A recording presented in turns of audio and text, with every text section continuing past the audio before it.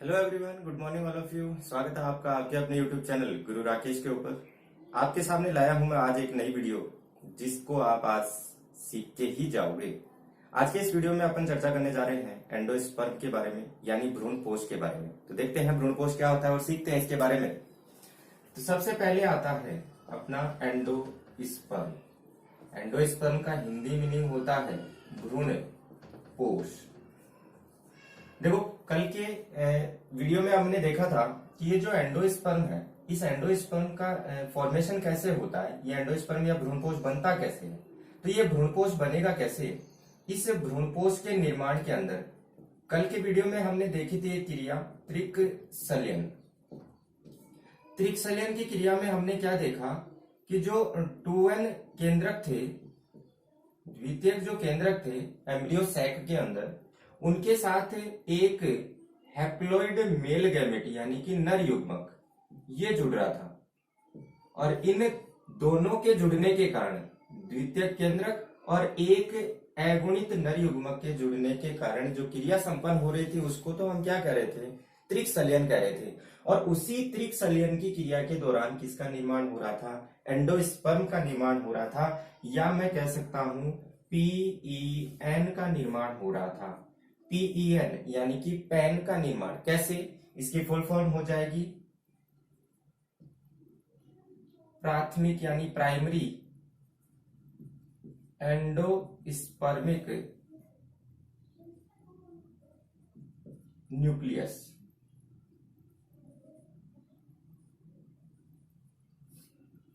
Primary endospermic nucleus यानी कि प्राथमिक भ्रूणपोष केंद्रक। इससे ही किसका निर्माण हुआ है, एंडोस्पर्म का निर्माण हुआ है। एंडोस्पर्म के अगर अपन विकास के आधार पर कि ये एंडोस्पर्म कितने प्रकार के होते हैं, तो इस एंडोस्पर्म के विकास के आधार पर अगर अपन प्रकार देखें तो इसके प्रकारों में 3 प्रकार आते हैं। प्रकार की अपन चर्चा करेंगे। किस आधार पे कर रहे हैं, विकास के आधार पर।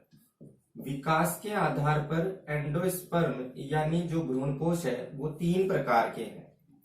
3 प्रकार कौन कौन से हैं उनकी अपन चर्चा करते हैं। सबसे फर्स्ट आता है आपके पास केंद्रकीय भ्रूणपोष। दूसरा आता है आपके पास कोशिकीय भ्रूणपोष। और तीसरा आता है आपके पास हेलोबियल प्रकार का भ्रूणपोष। हेलोबियल प्रकार का भ्रूणपोष। ये 3 प्रकार हैं भ्रूणपोष के। किसके आधार पे, विकास के आधार पे। अब हम इन एक एक प्रकार की चर्चा यहाँ करने जा रहे हैं। तो सबसे पहले हम बात करते हैं इस केंद्रकीय भ्रूणपोष की। केंद्रकीय भ्रूणपोष की जब मैं बात करता हूं तो इस केंद्रकीय भ्रूणपोष के अंदर जो PEN है, उस PEN के केंद्रक में, PEN केंद्रक के अंदर स्वतंत्र विभाजन होता है। कैसा विभाजन होगा, स्वतंत्र विभाजन। और स्वतंत्र विभाजन से वो क्या करेगा, कई न्यूक्लियस बना देगा। और वो सारे के सारे न्यूक्लियस क्या होंगे, परिधि की ओर जाकर व्यवस्थित हो जाएंगे। परिधि की ओर जाकर अगर केंद्रक व्यवस्थित हो गए तो बीच के अंदर क्या रहेगी, एक खाली जगह रहेगी जिसको अपन क्या कह देंगे, रिक्तिका कह देंगे। तो यहाँ अपन इस केंद्रकीय प्रकार के जो भ्रूणपोष है उसको अपन इस डायग्राम से समझ सकते हैं। यहाँ आप देख सकते हैं ये भ्रूण है, और भ्रूण जिस छोर के ऊपर होता है वो छोर होता है अपना बीजांड द्वारीय छोर, और इसका जो एंटी या विपरीत छोर होता है वो होता है अपना निभागीय छोर। इसमें आप देख सकते हैं जो PEN का न्यूक्लियस था वो जैसे ही विभाजन कर रहा था, बहुत से न्यूक्लियस जो बन रहे थे वो न्यूक्लियस यहाँ पर परिधियों पर आकर व्यवस्थित हो गए। ये जो मैंने दिखा रखे हैं जिसको मैंने स्वतंत्र केंद्रक कहा है, ये सारे के सारे जो स्वतंत्र केंद्रक हैं वो ट्रिप्लॉइड हैं, त्रिगुणित होते हैं। और ये सारे के सारे केंद्रक किसके अंदर बिखरे हुए हैं, इस कोशिका द्रव्य के अंदर बिखरे हुए हैं। और बीच में ये जो भाग बन गया, इस भाग को क्या नाम दिया गया है, रिक्तिका नाम दिया गया है। तो ये तो था अपना केंद्रकीय प्रकार का भ्रूणपोष। इसके अगर मैं एग्जाम्पल की बात करूं तो एग्जाम्पल होता है इसका नारियल। और विद्यार्थियों ये याद रखें कि बॉटनिकल नेम जो है नारियल का वो होता है कोकस न्यूसीफेरा। कोकस न्यूसीफेरा किसका बॉटनिकल नेम है? नारियल का बॉटनिकल नेम है। तो यहाँ हम साथ साथ में कुछ जो बॉटनिकल नेम है वो आते रहेंगे, तो वो भी अपन उनकी चर्चा यहाँ पे करते रहेंगे। तो ये था अपना पहला प्रकार, केंद्रकीय प्रकार का जो भ्रूणपोष है वो। दूसरे प्रकार की मैं बात करता हूं यहाँ पर, कोशिकीय प्रकार का भ्रूणपोष। इस कोशिकीय प्रकार के भ्रूणपोष में क्या होता है, इसमें भी जो पीईएन का न्यूक्लियस है उसमें विभाजन से, पीईएन का जो न्यूक्लियस है उसमें विभाजन से केंद्रक तो बहुत सारे बनते हैं, यानी केंद्रकों का विभाजन तो होता है, लेकिन उस विभाजन के साथ साथ एक क्रिया और होती है। वो क्रिया कौन सी है? केंद्रक विभाजन के साथ साथ भित्ति का निर्माण भी होता है, भित्ति निर्माण भी होता है। यानी जैसे ही केंद्रक विभाजन की क्रिया पूरी हो जाएगी उसके बाद भित्ति निर्माण की जो क्रिया है वो भी संपन्न होगी। तो इस चीज को समझने के लिए अपन आते हैं फिगर नंबर 2 यानी कि बी वाले चित्र के ऊपर, जिसके अंदर आप देख सकते हैं कि यहाँ ये बीजांड द्वारीय छोर मैंने दिखा रखा है, नीचे की तरफ जो निभागीय छोर है वो दिखा रखा है। यहाँ आप देख सकते हैं ये सेल वॉल बन गई यहाँ पे, और प्रत्येक के अंदर न्यूक्लियस है। ये न्यूक्लियस जैसे ही डिवाइड होगा, डिवाइड होने के बाद सेल वॉल का निर्माण भी होगा। यानी जैसे ये न्यूक्लियस है यहाँ पे, इस न्यूक्लियस के डिवाइडेशन के बाद यहाँ क्या बन गई? सेल वॉल बन गई। फिर ये न्यूक्लियस आ गया, फिर सेल वॉल आ गई, फिर न्यूक्लियस आ गया, फिर सेल वॉल आ गई। और ये क्या है? इनकी रिक्तिकाएं, और बीच के अंदर जो डॉट डॉट्स आपको दिखाई दे रहे हैं वो है इस सेल का साइटोप्लाज्म या इसका कोशिका द्रव्य। ये था अपने पास दूसरे प्रकार का भ्रूणपोष, जिसको हम कोशिकीय भ्रूणपोष कह रहे थे। इस कोशिकीय प्रकार के भ्रूणपोष के अंदर विशेष बात क्या है? इसके अंदर विशेष बात यह है कि ये जो चारों तरफ सेल वॉल बन रही है, इस सेल वॉल के अंदर चुष्कांगों का निर्माण भी हो जाता है। किसका निर्माण हो जाता है? चुष्कांगों का निर्माण हो जाता है। ये इसका स्पेसिफिक कैरेक्टर भी अपन मान सकते हैं कि इसमें चुष्कांग बन जाते हैं। इसके बाद इसके अगर एग्जाम्पल की मैं बात करूं तो एग्जाम्पल के अंदर अपन ले सकते हैं इसका कुकुरबिटेसी कुल के पादप। कुकुरबिटेसी कुल 11th क्लास में कुल पढ़े थे, उनके अंदर कुकुरबिटेसी कुल भी था। कुकुरबिटेसी कुल के अंदर किस प्रकार का भ्रूणपोष पाया जाएगा? कोशिकीय प्रकार का भ्रूणपोष पाया जाएगा। तो केंद्रकीय प्रकार हो गया, दूसरा अपना कोशिकीय प्रकार हो गया। तीसरे प्रकार की मैं बात करता हूं हेलोबियल। और ये जो हेलोबियल प्रकार का भ्रूणपोष है, इसको हम ये कह सकते हैं कि ये पहला प्रकार और दूसरा प्रकार। पहला और दूसरे प्रकार का मतलब मेरा यहाँ ये है कि केंद्रकीय और कोशिकीय प्रकार जो है उन दोनों के बीच का होता है। उन दोनों के बीच का मतलब इसके अंदर दोनों प्रकार के जो भ्रूणपोष हैं उनकी क्रिया देखने को हमें मिलेगी। यानी हम ये कह सकते हैं कि ये मध्यवर्ती होता है दोनों का। क्या होता है? दोनों का मध्यवर्ती होता है, दोनों के बीच का होता है। इसके अंदर होता क्या है? हेलोबियल प्रकार के भ्रूणपोष के अंदर दोनों प्रकार के भ्रूणपोषों का ये मध्यवर्ती है। इसमें 2 प्रकार की कोशिकाएं बनती हैं। इसमें जब डिवाइडेशन होगा तो सेल कितने प्रकार की? 2 प्रकार की सेल बनेंगी, 2 प्रकार की कोशिकाएं बनेंगी। एक तो बनेगी बड़ी और एक बनेगी छोटी।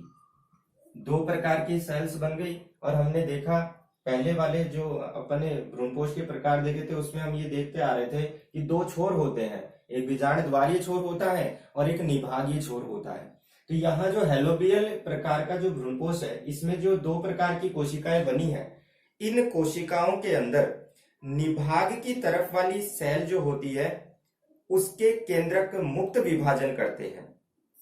निभाग की तरफ वाली जो सेल है, यहाँ 2 छोर दिखाई दे रहे होंगे आपको, पहले वाले जो अपन ने प्रकार देखे थे जिनके अंदर एक निभागीय छोर था, एक बीजांड द्वारीय छोर था। यहाँ अपन तीसरे प्रकार की बात करें तो उसका डायग्राम ये है। यहाँ इस डायग्राम में हम देख सकते हैं कि ये जो निभागीय छोर है, इस निभागीय छोर की तरफ वाला जो केंद्रक है वो स्वतंत्र विभाजन करता है और कई केंद्रकों का निर्माण भी कर देता है।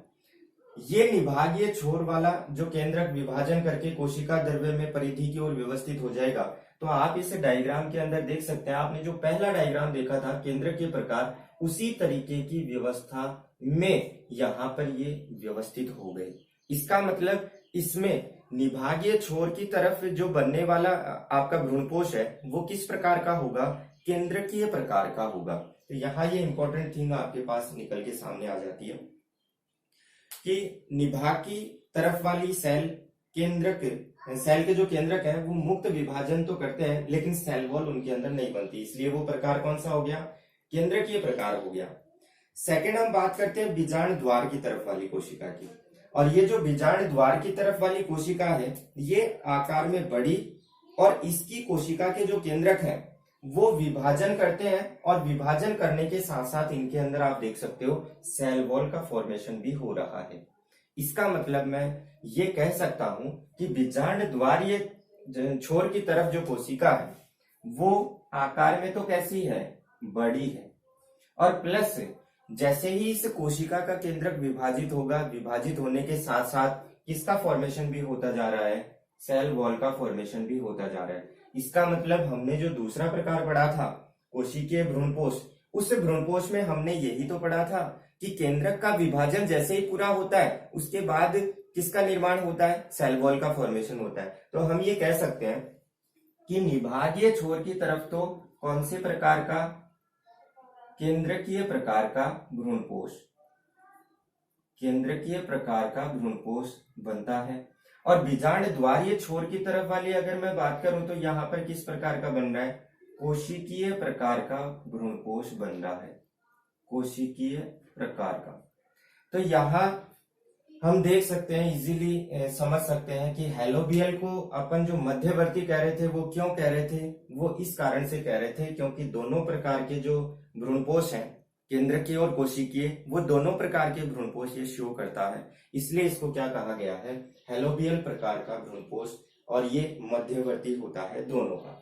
अगर मैं इसके एग्जाम्पल की बात करूं तो इसके एग्जाम्पल में हम ले सकते हैं एक बीजपत्री पादप, एक बीजपत्री पादप। एक बीजपत्री पादपों में मोस्टली किस प्रकार का भ्रूणपोष होगा, हेलोबियल प्रकार का भ्रूणपोष होगा।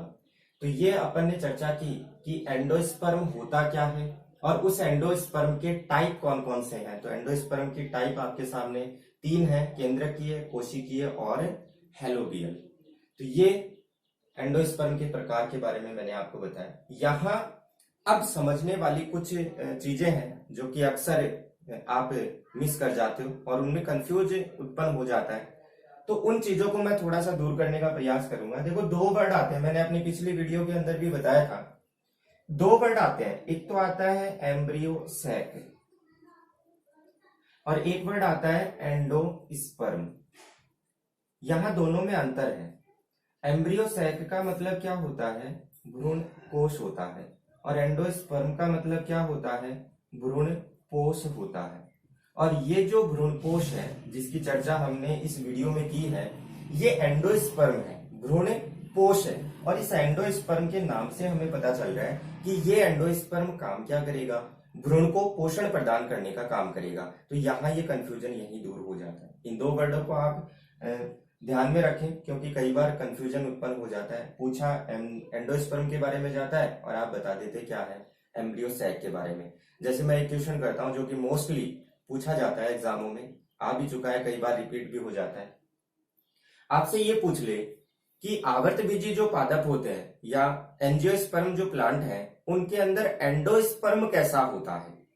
तो यहाँ सोचने वाली बात है कि आवर्तबीजी पादपों के अंदर एंडोस्पर्म, यानी हमने जिसकी चर्चा की है वो कौन से प्लांट का एंडोस्पर्म है, वो आवर्तबीजी पादपों का ही एंडोस्पर्म है। और यहाँ मैं आपको बता चुका हूं कि ये एंडोस्पर्म बन रहा किसके कारण था, त्रिक संलयन के कारण। इसका मतलब ये एंडोस्पर्म कैसा होगा, 3n होगा, यानी कि त्रिगुणित होगा। तो ये एक स्पेसिफिक कैरेक्टर भी है आवर्तबीजी पादपों के भ्रूणपोष का। जबकि अपन अगर अनावर्तबीजी पादपों की बात करें तो अनावर्तबीजी पादपों के अंदर भ्रूणपोष अगुणित होता है। कैसा होता है, अगुणित होता है। तो ये एक स्पेसिफिक जो कैरेक्टर है वो आवर्तबीजी और अनावर्तबीजी को अलग करने के लिए भी काम आता है, जो कि एंडोस्पर्म के अनुसार हम उन दोनों को अलग कर सकते हैं। तो ये अपने चैनल की एक स्पेसिफिक बात भी है कि इस चैनल पे मैं आपको वो क्वेश्चन भी पुट अप करके बताता हूं जो किस तरीके से पूछा जा सकता है, जो स्पेसिफिक किस प्रकार से है। तो ये आज के वीडियो में अपना इतना ही। मिलते हैं नेक्स्ट वीडियो में नए तरीके से। नए दिन में। तब तक घर पे रहें, सुरक्षित रहें और सीखते रहें।